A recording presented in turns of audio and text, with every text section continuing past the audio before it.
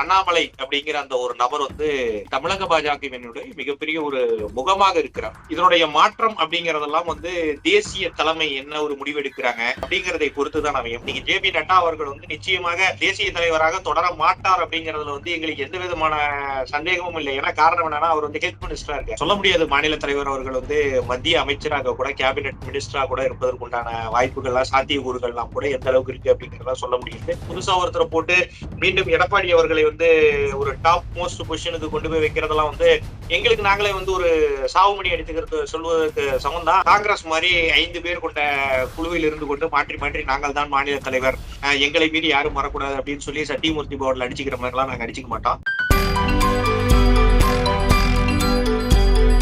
தமிழக பல்ஸ், இது தமிழ்நாட்டின் நாடி துடிப்பு.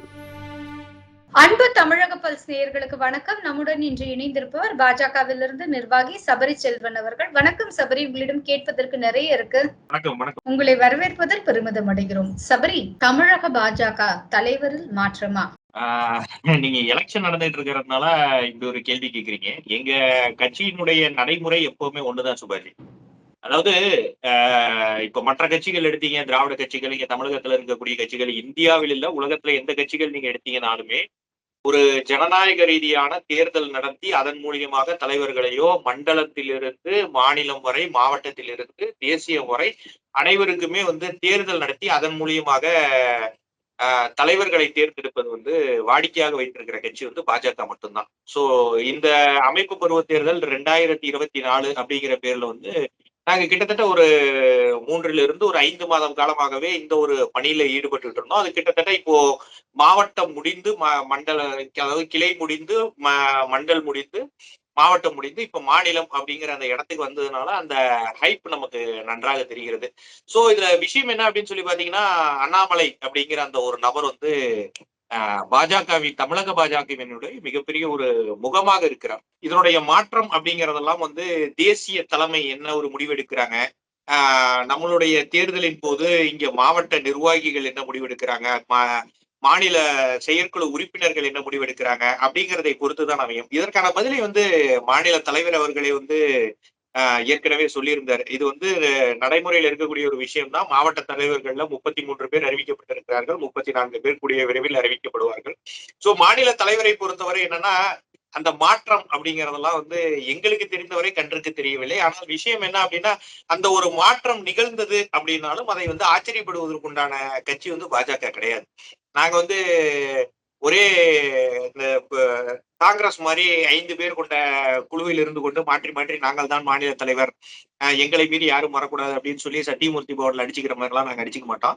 ஒருவேளை எங்களுடைய மாநில தலைவரினுடைய தேவை டெல்லிக்கு இருந்தால் நிச்சயமாக அவர்கள் வந்து அதை பயன்படுத்திக் கொள்வார்களே ஒழிய அவரினுடைய அந்த மதிப்பை வந்து யாரும் குறைத்து மதிப்பிட முடியாது சுபாஜி. சோ எங்களை பொறுத்தவரை இந்த நிமிடம் வரை எந்த ஒரு மாற்றமும் கிடையாது. ஒருவேளை அதில் மாற்றங்கள் இருந்தாலும் அதை வந்து நாங்கள் வந்து பெரிய ஒரு ஆச்சரியமான ஒரு மாற்றமாக நாங்கள் நிச்சயமாக பார்க்க மாட்டோம். எங்களை பொறுத்த வரைக்கும் என்னன்னா, இது வந்து நடைமுறையில் இருக்கக்கூடிய ஒரு விஷயம் தான். 3 வருடத்துக்கு ஒரு முறை அவருடைய அனைவருடைய பதவியிலும் வந்து மாறிக்கொண்டே தான் இருக்கும். அவங்களுக்கு ப்ரமோஷன் கிடைக்கலாம், அந்த கட்சியினுடைய அடுத்த உயர்மட்ட குழுவுக்கு போகலாம். சொல்ல முடியாது மாநில தலைவர் அவர்கள் வந்து மத்திய அமைச்சராக கூட கேபினெட் மினிஸ்டரா கூட இருப்பதற்கு உண்டான வாய்ப்புகள்லாம் சாத்தியக்கூறுகள்லாம் கூட எந்த அளவுக்கு இருக்கு அப்படிங்கிறதா சொல்ல முடியாது. மாநில தலைவராக தொடர்வதற்கு உண்டான சாத்தியக்கூறுகள் சொல்ல முடியாது. இங்க இருக்கக்கூடிய கள சூழ்நிலைங்கிறது வந்து தேர்தல் அப்படிங்கிற ஒரு விஷயம் நடந்தாதான் முடியும்.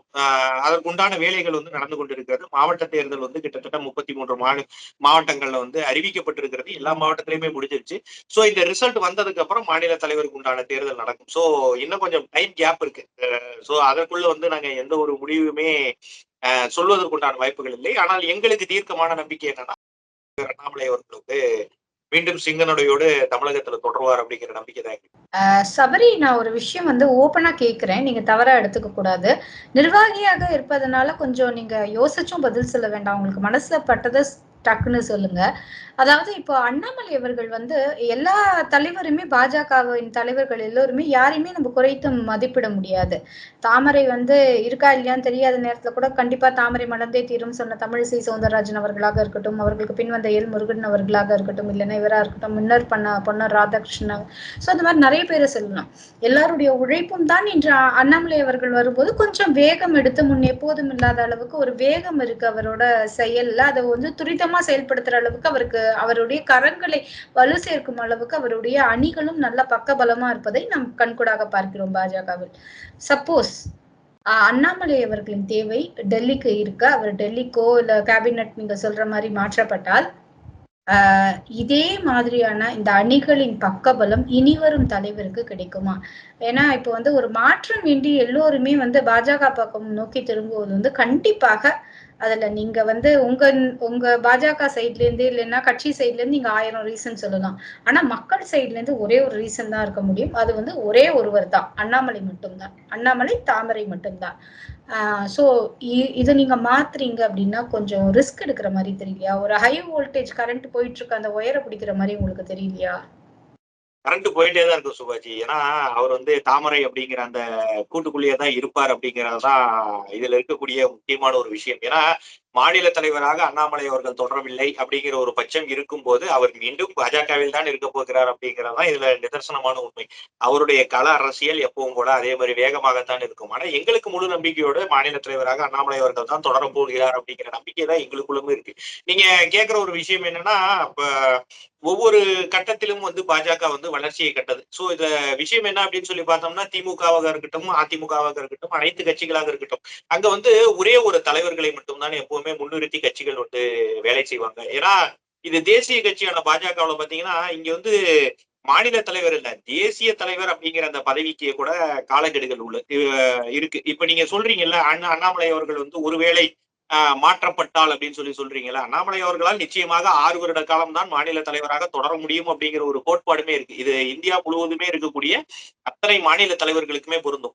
ஒருவேளை அண்ணாமலை அவர்கள் வந்து எங்களுக்கும் முழு நம்பிக்கையோட அண்ணாமலை அவர்கள் வந்து மாநில தலைவராக தொடருவார் அப்படிங்கிற நம்பிக்கையோட நாங்க இருக்கோம். ஒருவேளை அவர் தொடரலன்னா அப்படின்னா கூட இன்னும் ஒரு 3 வருட காலங்கள்ல வந்து அவர் நிச்சயமாக அவர் அடுத்த கட்டத்துக்கு போயாக வேண்டிய சூழ்நிலை தான். ஏன்னா கட்சியோட பைலா அப்படிதான் சொல்லுது. 6 வருட காலம் தான் ஒரு கட்சியினுடைய மாநில தலைவராக இங்க இருக்கக்கூடிய நிர்வாகிகள் இருக்க முடியும். ஒரு மாவட்ட தலைவராக இருந்தா கூட 6 வருட காலம் தான் இருக்க முடியும் அப்படிங்கிறது தான் இங்கேயோட பைலா. இது வந்து அண்ணாமலை எங்களுக்கு மாவட்டத்துல இருக்க எங்களுக்காக இருக்கட்டும், மாநிலத்துல இருக்க அண்ணாமலை அண்ணனாக இருக்கட்டும், ஜே.பி. நட்டாவுக்கும் பொருந்தக்கூடிய விஷயம் இதுதான். ஏன்னா அமித்ஷா அவர்கள் வந்து 6 வருட காலம் வந்து தேசிய தலைவராக தொடர்ந்தார். அதுக்கு பின்னாடி அவரால் தொடர முடியாது. நட்டாவும் அதே மாதிரிதான் ஒரு குறிப்பிட்ட காலம் தொடர்றார். அதே மாதிரி எங்க கட்சியில வந்து இரட்டை பொறுப்புக்கு வந்து நிச்சயமாக வாய்ப்புகள் சுத்தமாக இல்லை. ஒருத்தர் வந்து மினிஸ்டர் ஆயிட்டார் அப்படின்னா அவர் மாநில தலைவராக தொடர முடியாது. இன்னைக்கு ஜே.பி. நட்டா அவர்கள் வந்து நிச்சயமாக மாநில தேசிய தலைவராக தொடர மாட்டார் அப்படிங்கிறதுல வந்து எங்களுக்கு எந்த விதமான சந்தேகமும் இல்லை. ஏன்னா காரணம் என்னன்னா அவர் வந்து ஹெல்த் மினிஸ்டரா இருக்கார். இந்தியாவினுடைய ஹெல்த் மினிஸ்டராக தொடரும் போது அவர் தேசிய தலைவராக தொடர முடியாதுங்கிற ஒரு கோட்பாடு அந்த பைலா இருக்கும்போதுதான் அவர் வந்து தேசிய தலைவர்ல இருந்து கீழே இறங்கி அடுத்த ஒருவருக்கு வந்து வழிவிடக்கூடிய சூழ்நிலை. இங்க வந்து அண்ணாமலை அவர்களை வந்து மாற்றக்கூடிய எண்ணம் அப்படிங்கிறதெல்லாம் நிச்சயமாக இல்லை. அண்ணாமலை ஒருவேளை பதவி இன்னும் உயர்த்தப்பட்டு மத்திய அமைச்சராகவோ ஒரு கேபினெட் மினிஸ்டராகவோ இல்ல ஒரு முக்கியமான ஒரு துறைக்கு வந்து ஒரு அமைச்சராகவோ அவர் ஆகும்போது 2 பதவிகளை வந்து வைத்திருக்கக்கூடிய சூழ்நிலை வந்து பாஜகவில் நிச்சயமாக இருக்காது. சோ அதை வந்து ஏதாவது ஒரு பதவியை கொடுத்துதான் ஆகணும். சோ நாங்க ஏற்கனவே சொன்னது போல அண்ணாமலை அவர்கள் வந்து எங்களுக்கு வந்து முதலமைச்சராக இங்க தமிழகத்துல வந்து அமரணும் அப்படிங்கிறது வந்து எங்களை போன்ற தொண்டர்களினுடைய மிகப்பெரிய ஒரு இதாக இருந்தாலும் கூட தேசிய தலைமை அவருடைய திறமையை வந்து குறைத்து மதிப்பிடாது அப்படிங்கிறது வந்து எங்களுடைய ஒரு நம்பிக்கை. நிச்சயமாக வந்து அண்ணாமலை அவர்கள் தான் தொடர்கிறார். அவர் வந்து நீங்க கேட்கிற மாதிரி அவரை ஒருவேளை தூக்கிட்டீங்க அப்படின்னா என்ன ஆகும் அப்படின்னா, திருப்பியும் அண்ணாமலை அவர்கள் நாளைக்கும் அண்ணாமலை அவர்கள் வந்து ஒருவேளை அண்ணாமலை மாநில தலைவராக இல்லைனாலும் இதே பத்திரிகைக்கு முன்னால் நின்று அமைச்சராக பேசுவாரே ஒழிய பாஜக தொண்டராக பேசுவாரே ஒழிய நிச்சயமாக அதெல்லாம் நீங்க நினைக்கிற அந்த ஒரு விஷயங்கள்லாம் மற்ற கட்சிகள் மாதிரிலாம் நிச்சயமா நடக்காது. இது கட்சியினுடைய கோட்பாடே அப்படிதான் சுபாஜி. கட்சியினுடைய பைலாவே அதுதான் சொல்லுது. சோ எங்களுக்கு வந்து இது பழக்கப்பட்ட ஒரு விஷயம். சபரி, நான் அந்த மாதிரியான ஒரு மீனிங்ல கேட்கல. நான் என்ன கேட்க வந்தேன்னா, அண்ணாமலை அவர்கள் அண்ணாமலையின் சேவை நீங்க சொல்ற மாதிரி அவருடைய தேவை டெல்லிக்கு இருந்ததனால் இல்ல இருப்பதனால் டெல்லிக்கு ஒரு வேலை மாற்றப்பட பிறிதொருவர் பின்னாடி வருபவர் அதிமுகவின் கூட்டணியை விரும்ப, சோ தட் அதிமுக கூட்டணியுடன் 2026 தேர்தல் களத்தை பாஜக சந்திக்க தயாராகி வருகிறதா? அப்படி சொல்ல முடியாது சுபாஜி. ஏன்னா எலெக்ஷனுக்கு இன்னும் கிட்டத்தட்ட 1.25 வருடம் இருக்கிறது. சோ இது கூட்டணி பேசுவதற்குண்டான நேரம் நிச்சயமா கிடையாது. எங்களுக்கு ஏற்கனவே ஒரு கூட்டணி மிகவும் பலமாக இருக்கிறோம். நாங்க என்டிஏ கூட்டணிங்கிற பேர்ல தமிழகத்துல மிகப்பெரிய ஒரு பலமான சக்திகளாக இருக்கிறோம். 3வது மிகப்பெரிய கட்சியாகவும் இந்த எலெக்ஷன்ல எங்களுடைய வாக்கு சதவீதம் இருந்தது. நம்ம நன்றாக பார்க்க முடிஞ்ச நிறைய இடங்கள்ல அதிமுக 2ஆம் இடத்துல இருந்து 3ஆம் இடத்துக்கு தள்ளி இருக்கிறோம். சோ எங்களுக்கு ஏற்கனவே ஒரு கூட்டணி, மிகப்பெரிய ஒரு கூட்டணி இருக்கு. நீங்க சொல்ற மாதிரி ஏடிஎம்கே அப்படிங்கிற ஒரு அலையன்ஸ்குள்ள உள்ள போகணும் அப்படிங்கறதெல்லாம் இன்னும் அது ஃபார் டிஸ்டன்ஸ் அப்படின்னு தான் சொல்லணும். ஏன்னா இருவருடைய கோட்பாடுமே கிட்டத்தட்ட சேர்ந்திருக்கக்கூடிய கோட்பாடு தான். ஆனா என்னன்னா, அங்க இருக்கக்கூடிய ஒரு சில சித்தாங்களை அவர்கள் தவறாக கணித்து விட்டார்கள். ஏன்னா இப்ப கூட எங்களுடைய மாநில தலைவர் சொன்னது சிறுபான்மையினருடைய வாக்குகளுக்காக எடப்பாடி அவர்கள் கூட்டணியை முறித்து கொண்டு சென்றார். ஆனா நபிகள் நாயகமே நின்னா கூட சிறுபான்மையினர் நிச்சயமாக அதிமுகவுக்கு வாக்கு செலுத்த மாட்டார்கள். என்னைக்கு எடப்பாடி அவர்கள் புரிந்து கொள்கிறார்களோ அன்னைக்கு நிச்சயமாக இந்துத்துவ பக்கம் மீண்டும் எடப்பாடி அவர்கள் திரும்புவார்கள் அப்படிங்கிற ஒரு எண்ணம் இருக்கு. எங்களுக்கு எப்பவுமே என்னன்னா, நாங்க கூட்டணியை முடிச்சுக்கோங்க அப்படின்னு சொல்லிட்டு ஏடிஎம்கே கிட்ட கேட்கல. அதனால மீண்டும் போய் நீங்க வாங்க அப்படின்னு சொல்லி கூப்பிடக்கூடிய அவசியமும் எங்களுக்கு இல்லை. என்னைக்குமே கதவு, பாஜகவினுடைய கதவு எங்களுடைய சித்தாந்தங்களையோ எங்களுடைய நம்பிக்கைகளையோ ஏற்று தேசியத்தின் பாதையில் செல்லக்கூடிய எந்த கட்சிகளாக இருந்தாலும் நிச்சயமாக எங்களுடைய கதவுகள் திறந்துதான் இருக்கும் சுபாஜி. சோ இது கூட்டணியை மையப்படுத்தி ஒரு தலைவரை போட்டு அதன் சார்பாக ஒரு இந்த மாதிரி ஒரு பிளானிங்லாம் இது எங்களுக்கு நாங்களே ஒரு மணி அடிச்சுக்கிற மாதிரி இல்ல. இது புதுசா ஒருத்தரை போட்டு மீண்டும் எடப்பாடி அவர்களை ஒரு டாப் மோஸ்ட் பொசிஷனுக்கு கொண்டு போய் வைக்கிறதெல்லாம் எங்களுக்கு நாங்களே ஒரு சாவு மணி அடிச்சுக்கிறது சொல்வதற்கு சமம் தான். ஆனா இதுல பார்க்க வேண்டிய விஷயம் என்ன அப்படின்னு சொல்லி பாத்தீங்கன்னா, எல்லாருக்குமே இருக்கக்கூடிய பிரைமரி டார்கெட் அப்படிங்கிற ஒரு விஷயம் 2026ல திமுகவை வீட்டுக்கு அனுப்பணும், அவர்களுடைய அராஜகமான ஆட்சிக்கு ஒரு முடிவு கட்டணும், இந்த திராவிட மாடல் ஆட்சியை குழி தோண்டி புதைக்கணும் அப்படிங்கிறது மட்டும்தான் இருக்கக்கூடிய ஒரு சவாலாக இருக்கிறது. எங்களுக்கு மட்டும் இல்ல, புதுசா இப்ப ஆதி காலத்துல ஆரம்பிச்ச கட்சியில இருந்து புதுசா ஆரம்பிச்ச கட்சி வரைக்குமே எல்லாருக்குமே இருக்கக்கூடிய சவாலாக இருப்பது திமுகவை துடை தெரிய வேண்டும் அப்படிங்கிறதான். சோ அந்த ஒரு புள்ளியில எல்லாரும் இணைவதற்கு உண்டான வாய்ப்புகள் மற்றும் சாத்தியக்கூறுகள் உண்மையிலே நிறைய இருக்கு. நாங்க இல்லைன்னா சொல்லல. பட் அதையும் மீறி கூட்டணிக்கு உண்டான பேச்சுவார்த்தை பேசுவதற்கு சமயம் இது கிடையாது. ஏன்னா இன்னும் காலம் நிறைய இருக்கு. இன்னும் நிறைய பிரச்சனைகளை நாங்களும் சந்திக்க வேண்டியிருக்கு. இன்னும் எங்களுக்கும் அமைப்பு பருவ தேர்தல் முடியல. சோ எங்களுடைய டைம் இன்னும் போயிட்டு இருக்கு. எங்களுக்கு களவேலைகள் நிறைய இருக்கு. அடுத்து புதுசா போட்டிருக்க மாவட்ட தலைவர்கள் அவர்களுடைய நிர்வாகிகளை போட வேண்டிய சூழ்நிலை இருக்கு. சோ கள அரசியல் பார்க்கணும். கிராமப்புறங்கள்ல உள்ளாட்சி தேர்தல் முடிந்து பஞ்சாயத்து தலைவர்களுடைய டைம் எல்லாம் முடிஞ்சு போச்சு. ஸோ மக்களுக்கு நேரடியாக திட்டங்களை வாங்கி தர வேண்டிய வேலைகள் எல்லாம் எல்லா கட்சியும் இறக்கி இருக்கு. நாங்களும் அதற்கு உண்டான வேலைகளை இறக்கணும். தமிழகத்துல தினம் தினம் நடந்து கொண்டு இருக்கக்கூடிய சட்டம் ஒழுங்கு, இந்த மாதிரி பிரச்சனைகள் எல்லாம் குரல் கொடுக்க வேண்டிய நேரம். சோ இதெல்லாம் நம்ம பார்த்து கொண்டு இருக்கிற ஒழிய இந்த கூட்டணி சம்பந்தமாக பேசக்கூடியதற்கு உண்டான காலங்கள் என்ன நிறைய இருக்கு. சொல்லுங்க. வணக்கங்க. இப்போ நாம இருக்கிற இந்த மைதானம் இருக்க, இது மதுரையில தோப்பூர் பக்கத்தில் இருக்கிற எய்ம்ஸ் கட்டுமான பணிகள் நடந்து கொண்டிருக்கிற மைதானம். 220 ஏக்கர். இங்கே தான் 2,20,000 சதுர அடியில் எய்ம்ஸ் மருத்துவமனை வரப்போகுது. இதைத்தான் தாமதமாக பண்ணுறாங்க. எய்ம்ஸ் தர்றேன்னு ஏமாத்திட்டாங்க. அங்கே ஒன்றுமே இல்லை, எந்த வேலையும் நடக்கலைன்னு பல பேர் விமர்சனம் பண்ணாங்களே, அதையெல்லாம் பொய் என்று நிரூபிக்கிற வகையில் ஐயா நரேந்திர மோடி அவருடைய அரசாங்கம் இங்கே பாருங்கள் அற்புதமாக பணி செய்து கொண்டிருக்கிறாங்க. வரக்கூடிய 2025க்குள்ளே இதில் ஃபர்ஸ்ட் ஃபேஸ் முதல் கட்ட பணிகள் நிறைவு பெற்று 1,00,000 சதுர அடிகளுக்கு மேலே கட்டுமான பணிகள் உடனடியாக நிறைவு பெறும். அதில் பார்த்தீங்கன்னா நர்சிங் கல்லூரி, மெடிக்கல் கல்லூரி, administrative block, inpatient, outpatient, இப்படி எல்லாம் இங்கே பிளான் பண்ணிட்டு இருக்கிறாங்க.